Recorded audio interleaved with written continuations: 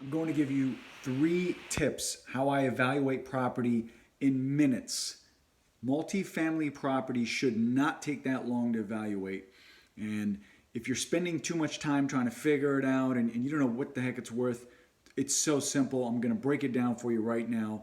And you're going to have a couple different ways to figure it out. You should be evaluating these things, streamlining them. If you're going through and there's a ton of deals, you don't know which one makes sense, there should be a method. There should be a quicker way of figuring this stuff out. Unfortunately, not a lot of people are sharing this information. The first one I'm going to tell you is expense ratios. Every single property, every asset class, everything has expense ratios. So a multifamily property, you're looking at 45, maybe 60%.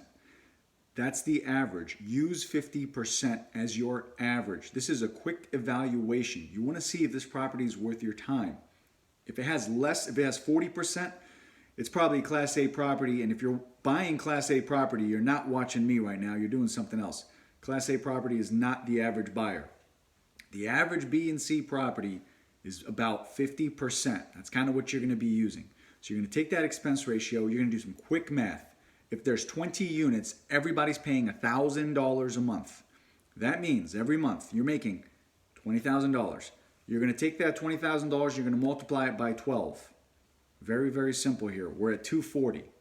You're going to take 50% right off the top. I don't care about the details right now.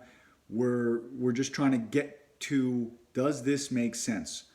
You're going to take your net number, which is 120,000, and depending on what market you're in, you're going to see if that return is worth your time. Is this property worth going to the next step? If you're in Oklahoma City, Oklahoma, then it's a 10 cap. That's different than being in Los Angeles, California with like a 4 cap.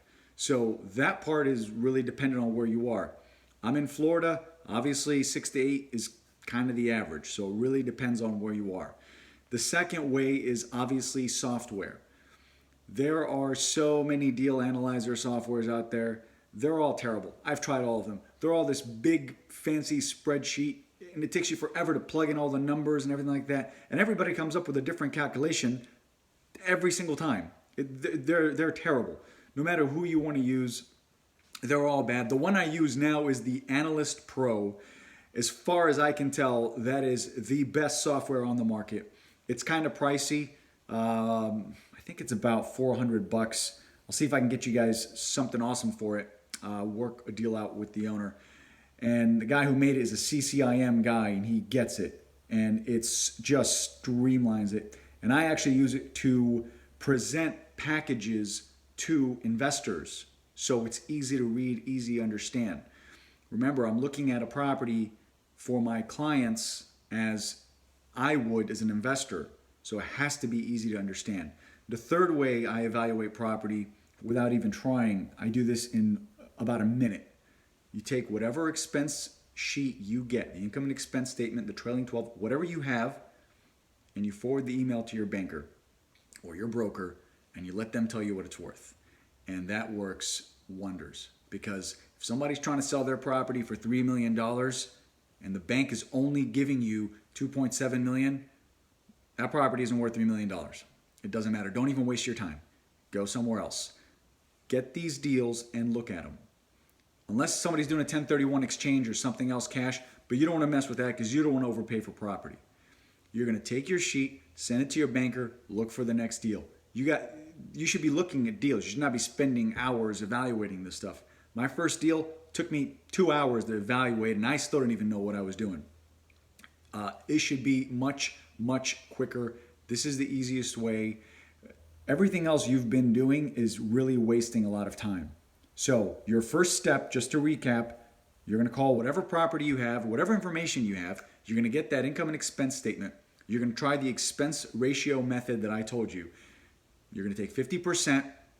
Whatever their numbers are, you want to use the gross number. So use the gross rents and take it off of that. Your second one is you're going to use software. You can use whatever software you want. I'm going to see if I can get you a deal on the software I use personally. And then the third way is you're going to go through your broker, your banker, whoever gets your loan. Doesn't matter. That person will tell you what they can get for you. And that should be a real kick butt strategy you guys could use, streamline your deals. I hope that was helpful. Thank you.